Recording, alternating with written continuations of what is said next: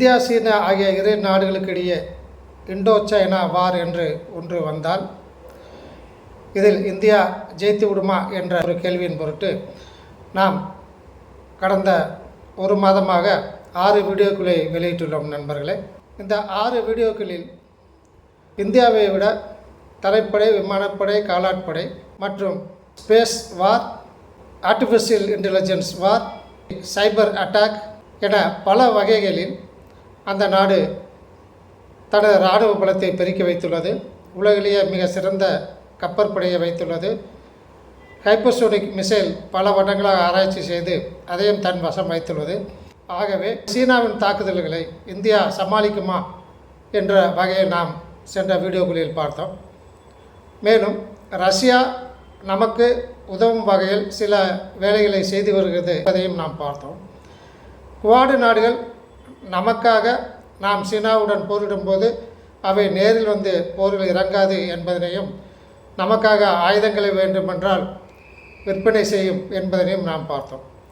தொடர்ந்து இப்பொருள் தொடர்பாக இந்தியா எந்த வகையில் உள்ளது, சீனாவை தோற்கடிக்கக்கூடிய நிலை உள்ளதா போன்ற விவரங்களை நாம் தொடர்ந்து பார்க்க போகிறோம் நண்பர்களே. வீடியோவை முதல் முறையாக பார்க்கக்கூடிய நமது நண்பர்கள் ஏற்கனவே வெளியாகியுள்ள இந்தியா சைனா இடையே போர் என்று ஒன்று வந்தால் இந்தியா சைனா போர் என்ற தலைப்பில் 6 வீடியோக்கள் வெளியிடப்பட்டுள்ளன. 1, 2, 3, 4A, 4B, 4C என்ற 6 வீடியோக்கள் வெளியிடப்பட்டுள்ள நண்பர்களே. அவற்றை பார்த்துவிட்டு இந்த வீடியோவை பார்த்தால் அடுத்து வரக்கூடிய வீடியோக்களையும் தொடர்ந்து பார்ப்பதில் உங்களுக்கு சிரமம் இருக்காது நண்பர்களே. இது நமது இந்திய இராணுவத்தின் திறமை குறித்து வெளியாகி வரும் மிக முக்கியமான தொடர் நண்பர்களே. பார்க்காத நண்பர்கள் இதை பார்க்க முடியும், மற்ற நண்பர்களுக்கு இதை ஷேர் செய்ய முடியும் அன்புடன் கேட்டுக்கொள்கிறேன். இதுவரை சப்ஸ்கிரைப் செய்யாத நண்பர்கள் இன்றைய நியூஸ் சேனலுக்கு சப்ஸ்கிரைப் செய்ய முடியும். கீழே உள்ள பெல் பட்டனை அழுத்தி உடனே இந்த வீடியோ உங்களுக்கு வந்து சேருமாறு பெல் பட்டனையும் அழுத்திடுமாறு அன்புடன் கேட்டுக்கொள்கிறேன். பாருங்கள் நண்பர்களே, வீடியோவுக்குள் செல்லலாம். நண்பர்களே, உலகத்திலேயே மிக சிறந்த ஆர்மி என்ற 2வது வரிசையில் வருகிறது. அதாவது இராணுவத்திற்காக ஒவ்வொரு வருடமும் சுமார் 229 பில்லியன் US$ மதிப்பிலான தொகையை சீனா இராணுவத்திற்காக செலவிடுகிறது நண்பர்களே. ஆனால் இந்தியா ஒரு வருடத்திற்கு 73.9 பில்லியன் US$ என்ற அளவில் செலவிடுகிறது. ஏறக்குறைய 1/3 பகுதி தான் இந்தியா சீனாவை விட இராணுவத்திற்காக செலவு செய்கிறது நண்பர்களே. இந்த தொகை மிக குறைவானதாக தெரியலாம், ஆனால் ஒரு நாட்டின் ஜிடிபி வளர்ச்சியில், அந்த ஜிடிபி என்று சொல்லக்கூடிய கிராஸ் டொமஸ்டிக் ப்ராடக்ட் என்று சொல்வார்கள், இந்த ஜிடிபியில் 13% அளவிற்கான நிதியை நமது இந்தியா நம்ம நாட்டின் இராணுவத்திற்காக செலவு செய்கிறது நண்பர்களே. குளோபல் ஃபயர் பவர் இண்டெக்ஸ் என்று சொல்லக்கூடிய இந்த நிறுவனமானது ஒவ்வொரு நாட்டிலும் உள்ள இராணுவம் எவ்வளவு செலவு செய்கிறது, எத்தனை எண்ணிக்கையிலான இராணுவ வீரர்கள் உள்ளனர், எத்தனை எண்ணிக்கையிலான இராணுவ தளவாடங்கள் உள்ளன, அவற்றின் திறமை எவ்வாறு உள்ளது, எவ்வாறு பயிற்சி எடுக்கிறார்கள், எவ்வாறு போர் செய்து ஒத்திகை செய்கிறார்கள் போன்ற அனைத்து டேட்டாக்களையும் அவை கலெக்ட் செய்து அந்த டேட்டாக்களின் அடிப்படையில் பார்த்தோம்னால் அமெரிக்கா உலகத்திலேயே இராணுவத்திற்காக செலவு செய்யக்கூடிய நாடுகளில் 1வதாக உள்ளது. 2வதாக சீனா உள்ளது. 3வதாக ரஷ்யா நாடு உள்ளது. 4வதாக இந்தியா உள்ளது நண்பர்களே. ஆனால் அமெரிக்கா சீனா 229 பில்லியன் US$ மேலாகவே அதை ஒவ்வொரு வருடமும் செலவு செய்கிறது. ஏனென்றால் அதன் முக்கிய நோக்கம் தான் வல்லரசு நாடுகளில் 1வதாக வர வேண்டும் என்ற அடிப்படையில் அது செலவு செய்கிறது. ஆகவே நண்பர்களே, இவ்வாறு செலவு செய்து அது கடந்த 20 வருடங்களுக்கு மேலாக தனது அனைத்து படைகளையும், தரைப்படை, விமானப்படை மற்றும் கப்பல் படை, artificial intelligence, cyber attack, space war என பலவிதமான வழிகளில் அது தனது இராணுவ பலத்தை பெருக்கி வைத்துள்ளது நண்பர்களே. அமெரிக்கா பொருளாதாரத்தில் முதன்மையான நாடு. ஆகவே அது அதிக அளவில் இராணுவத்திற்கு செலவு செய்ய வேண்டியதுதான். அடுத்து பொருளாதாரத்தில் 2வதாக உள்ள நாடு சீனா. அது 2வது அளவில் இராணுவத்திற்காக செலவு செய்கிறது. நமது நாடு தற்போது பொருளாதாரத்தில் 5ஆம் நிலையிலிருந்து தற்போது 4ஆம் நிலைக்கு பிரிட்டனை தள்ளி 4ஆம் நிலைக்கு வந்துள்ளது. நாம் இராணுவத்திற்காக செலவு செய்வதில் 4வது நாடாக தற்போது உள்ளோம் நண்பர்களே. இராணுவ எண்ணிக்கையில் பார்த்தோமானால் சீனா சுமார் 20,50,000 இராணுவ வீரர்களை கொண்டுள்ளது. முப்படைகளிலும் அது மற்ற பிற ஸ்பெஷல் படைகளையும் சேர்த்து 20,50,000 இராணுவ வீரர்களை கொண்டுள்ள நண்பர்களே.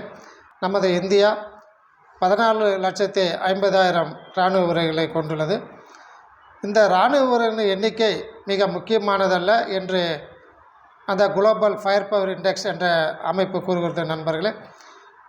எண்ணிக்கை குறைவாக இருந்தாலும், தளவாடங்களின் எண்ணிக்கை குறைவாக இருந்தாலும், இராணுவ வீரர்களின் எண்ணிக்கை குறைவாக இருந்தாலும், அந்த நாட்டில் உள்ள இராணுவ வீரர்கள் மற்றும் அந்த இராணுவ தளவாடங்கள் எந்தளவுக்கு திறமையாக உள்ளன என்பதனை பொறுத்துத்தான் அந்த நாட்டின் சண்டையிடும் திறன் கணிக்கப்படுகிறது. அவ்வகையில் பார்த்தோமானால் நமது இந்தியா சீனாவை வெல்லக்கூடிய ஒரு நிலையில் உள்ளோமா என்பதனை நாம் இனி வரக்கூடிய பல டேட்டாக்களை வைத்து நாம் பார்க்கலாம் நண்பர்களே. முதலில் சைனாவில் மாவோ சேதுங் அவர்கள் தலைமையில் ஆட்சி நடைபெற்ற போது PLA என்று சொல்லக்கூடிய இராணுவத்தை வைத்திருந்தார். இந்த இராணுவத்தின் கீழ் கப்பற்படை மற்றும் விமானப்படை வந்து அவற்றுக்கு உதவி செய்தன. பிற்காலங்களில் இவை மூன்றையுமே ஒன்று சேர்த்து ஸ்பெஷல் ஃபோர்ஸாக மாற்றினார். அதற்கு பின்னாளில் தற்போது 7 பிரிவாக சீனா நாட்டின் இராணுவம் பிரிக்கப்பட்டு ஒவ்வொரு பிரிவும் தனித்தனியாக இயங்குகிறது ஒரு தியேட்டர் கமாண்டரின் பேரில். ஆனால் நமது இராணுவம் 1947 சுதந்திரம் பெற்ற பின்புதான் சீனாவுடன் 1962 நடைபெற்ற போரில் தோற்ற பின்புதான் நமது இராணுவம் தரைப்படை, காலாட்படை மற்றும் விமானப்படை என்ற முப்பிரிவுகளிலும் அதிக கவனம் செலுத்தி அவற்றை மேம்படுத்துவதில் அதிக கவனம் செலுத்த ஆரம்பித்தது. நண்பர்களே, 2 நாடுகளுக்கு இடையே போர் என்று ஒன்று வந்தால் இது எண்ணிக்கையை வைத்து, இராணுவ வீரர்களின் எண்ணிக்கையை வைத்து இது அமையப்போவதில்லை. வெற்றி என்பது இராணுவ வீரர்களின் எண்ணிக்கையை பொறுத்து வெற்றி அமையப்போவதில்லை.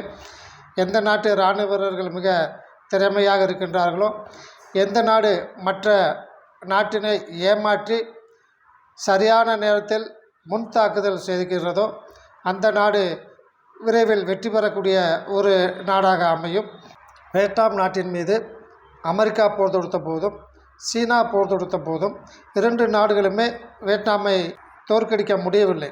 அவர்கள் திரும்பி வந்துவிட்டார்கள். அந்தளவுக்கு வியட்நாம் வீரர்கள் மிக திறமைசாலிகளாக இருந்துள்ளனர். அவர்களின் தாக்குதல் திறமையை சீனா மற்றும் அமெரிக்கா நாடுகள் அந்தந்த போரில் சமாளிக்க இயலவில்லை. ஆகவே வியட்நாம் வெற்றி பெற்ற அந்த போரில், அதேபோன்று ஆர்மேனியா, அஜர்பைஜான் ஆகிய 2 நாடுகளுக்கிடையே நடைபெற்ற போரில் ட்ரோன்களை முதலில் வாங்கி ஆர்மேனியா மீது செலுத்தி அஜர்பைஜான் வெற்றி பெற்றது. ஆகவே இந்தியா மற்றும் சீனா ஆகிய 2 நாடுகளுக்கிடையே போர் என்று ஒன்று வந்தால் அது எவ்வாறு அமையும் என்று பார்த்தோமானால், சீனா நிச்சயம் இந்தியா மீது இந்தியாவின் உள்நாட்டு பகுதியில் வந்து போரிடுவதற்கான வாய்ப்பு இல்லை என்றே தெரிகிறது நண்பர்களே.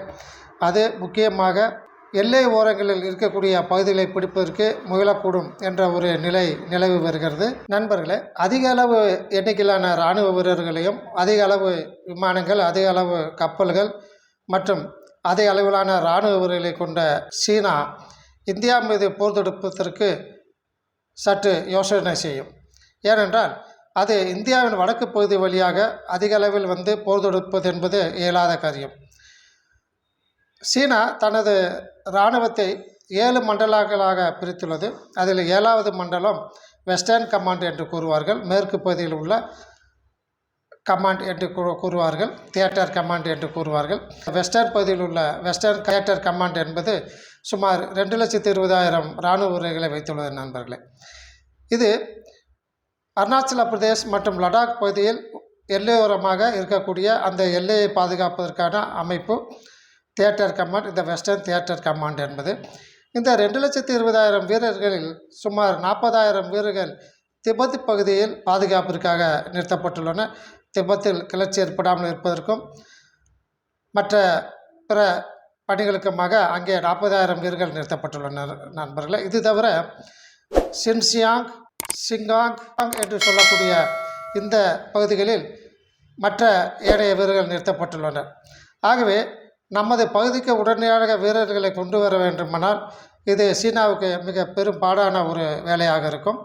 அதாவது தற்போது 2020ஆம் ஆண்டு கல்வான் பள்ளத்தாக்கில் நடைபெற்ற அந்த தாக்குதலில் அவர்கள் இந்தியா இவ்வாறு எதிர்கொள்ளும் தங்கள் இராணுவ வீரர்களை தாக்குவார்கள் என்று அவர்கள் நினைக்கவில்லை. ஆகவே அவர்கள் குறைந்த எண்ணிக்கையில் சுமார் 100 அளவிலான எண்ணிக்கையில் அவர்கள் கல்வான் பள்ளத்தாக்கு வழியாக உள்ளே நுழைய ஆரம்பித்துள்ளனர். அந்த பகுதியானது 2 நாடுகளும் இதுவரை பயன்படுத்தாத பகுதி. அங்கு பெட்ரோல் என்று சொல்லக்கூடிய கண்காணிப்பு பணி மட்டுமே நடந்து கொண்டிருக்கும். அந்த பகுதிக்குள் இந்திய இராணுவம் வேறு பகுதியில் கண்காணிப்பு பணி செய்து கொண்டிருக்கும் போது கல்வான் பள்ளத்தாக்கு வழியாக உள்ளே நுழைய ஆரம்பித்தனர். உடனே நமது வீரர்கள் அதை கண்டறிந்து அவர்களை தாக்கி அதில் நமது 20 இராணுவ வீரர்கள் வீர மரணம் அடைந்தனர் என்பதை நமது இந்திய நியூஸ் சேனல் நண்பர்கள் கேள்விப்பட்டிருப்பீர்கள். சீனாவில் 100க்கும் மேற்பட்ட இராணுவ வீரர்கள் இறந்திருப்பார்கள் என்று அறியப்பட்டது. ஆனால் அந்த நாடு அந்த விவரத்தை இதுவரை தெரிவிக்கவில்லை. ஆகவே சீனா இந்தியாவுடன் நேரடியாக இந்தியாவின் வடக்கு பகுதி வழியாக, அதாவது வடகிழக்கு பகுதி வழியாக சீனா நாட்டின் மேற்கு பகுதியாக அவர்கள் வந்து இந்தியாவின் மீது போர் தொடுக்க அவர்கள் முயலவே மாட்டார்கள். ஏனென்றால் இந்தியா அந்த இடத்தில் மிக உயரமான இடத்தில் உள்ளது, மலைப்பகுதியான இடம். அந்த இடத்திற்கு அந்த இராணுவ வீரர்கள் வந்து சண்டையிடுவது என்பது முடியாத காரியம் நண்பர்களே. ஏனென்றால் அது மிக மிக குளிரான பகுதி, கரண்டு முரடான பகுதி. அந்த பகுதிகளில் அவர்கள் பணி செய்து சீன வீரர்களுக்கு பழக்கமில்லை, அந்த குளிரையும் அவர்கள் தாங்கி பழக்கமில்லை. ஆகவே அந்த குளிரில் அவர்கள் வந்தால் சுமார் 15 நாட்களாவது அதில் இருந்து அவர்கள் தாக்கு பிடிக்க வேண்டும். அதற்குள் அவர்களுக்கு ஏகப்பட்ட உடல் பிரச்சனைகள் வரக்கூடிய வாய்ப்புகள் உள்ளன. ஆகவே அவற்றில் பலர் மரணமடையக்கூடிய சூழ்நிலையும் உள்ளது போருக்கு முன்பாகவே. ஆகவே அந்த இராணுவ வீரர்கள் அங்கு வருவதற்கு யோசனை செய்வார்கள். இந்த வெஸ்டர்ன் தியேட்டர் கமாண்டர் என்று சொல்லக்கூடிய அதில் உள்ள 2,20,000 வீரர்களும் நமது இந்திய நாட்டின் மீது போர் தொடுப்பது என்பது மிகவும் இயலாத காரியம் நண்பர்களே.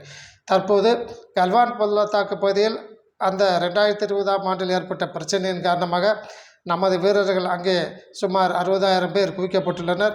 அதன் பொருட்டு சீனாவும் தனது இராணுவ வீரர்களையும் பீரங்கிகளையும் மற்றும் விமானங்களையும் அந்த இடத்தில் வைத்து நாங்கள் எப்போது வேண்டுமானாலும் இந்தியாவை தாக்கும் என்ற ஒரு விதத்தில் பயங்காட்டி கொண்டே வருகிறது நண்பர்களே. ஆகவே இவ்வாறு நமது இந்திய வீரர்களுக்கும் சீனா வீரர்களுக்கும் இடையே இந்த தாக்குதல் திறமையில் வித்தியாசம் அதிகமாக உள்ளது. அவர்கள் அவ்வளோ எளிதாக இராணுவ வீரர்கள் சீனாவிலிருந்து இமயமலை பகுதியில் வந்து நமது லடாக் மற்றும் அருணாச்சல பிரதேச பகுதியில் போர் தொடுப்பது என்பது மிகவும் அவ்வளவு எளிதான காரியமில்லை நண்பர்களே. 2017ஆம் ஆண்டு டொக்லாம் பள்ளத்தாக்கில் ஒரு பிரச்சனை ஏற்பட்டது இந்திய இராணுவத்திற்கும் சீன இராணுவத்திற்கும். இது நமது இந்திய நியூஸ் சேனல் நண்பர்கள் அதிக அளவில் தெரிந்திருப்பீர்கள். இவர்கள் சும்பி பள்ளத்தாக்கு என்று சொல்லக்கூடிய அந்த பள்ளத்தாக்கின் வழியாக அவர்கள் இராணுவமானது டொக்லாம் பகுதி வழியாக இந்தியாவிற்குள் நுழைய ஆரம்பித்துள்ளது. ஆனால் அந்த டொக்லாம் பள்ளத்தாக்கானது நம்ம இந்திய நாட்டிலிருந்து பீரங்கி தாக்குதலில் மூலம் அவர்களை தாக்கக்கூடிய அளவிற்கு அந்த பகுதி இருந்தது. ஆகவே நமது பீரங்களை பயன்படுத்தினால் போதும் அந்த வீரர்கள் யாருமே உயிர் தப்பிக்க முடியாத அளவுக்கு மாண்டு இருப்பார்கள். ஆனால் அந்த காரியத்தை செய்ய விடாமல் நமது இராணுவம் ஏற்கனவே முன் அனுப்புதல் என்ற திட்டத்தின் கீழ் அங்கு சீனா வீரர்கள் இந்த டொக்லாம் பகுதிக்கு வருகிறார்கள் என்பதற்கான இன்டெலிஜென்ஸ் விவரங்களை முன்கூட்டியே அறிந்து அவர்கள் உள்ளே நுழைவதற்கு முன்பாக நமது இராணுவ வீரர்கள் அங்கு பாதுகாப்பிற்கு நின்றிருந்தார்கள் நண்பர்களே. ஆகவே அவர்கள் வீரங்கைகளை பயன்படுத்தாமல் அந்த வீரர்களை வெளியேறும்படி பல முறை அவர்கள் கைகலப்பில் ஈடுபட்டார்கள். ஒருவருக்கொருவர் கட்டி பொருளும் அளவுக்கான சண்டை அங்கே நிகழ்ந்தது.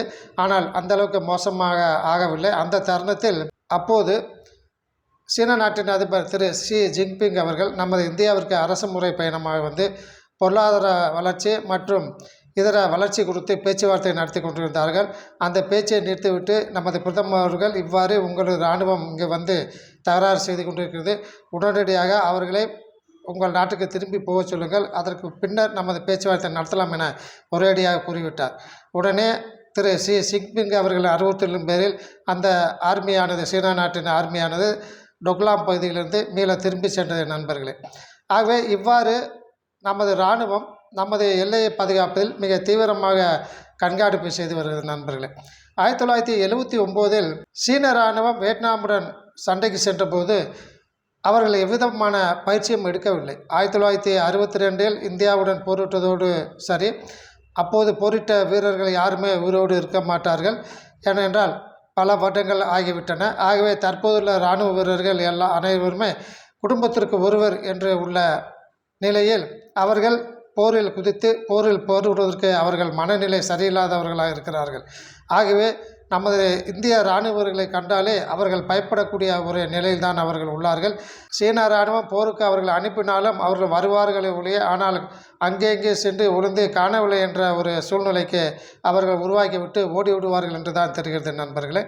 ஆகவே 1999ஆம் ஆண்டு கார்கில் போர் நடந்தபோது நமது இராணுவம் சுமார் 2 லட்சம் இராணுவ வீரர்களை மலைப்பகுதியில் கொண்டு சென்று நிறுத்தியது நண்பர்களே.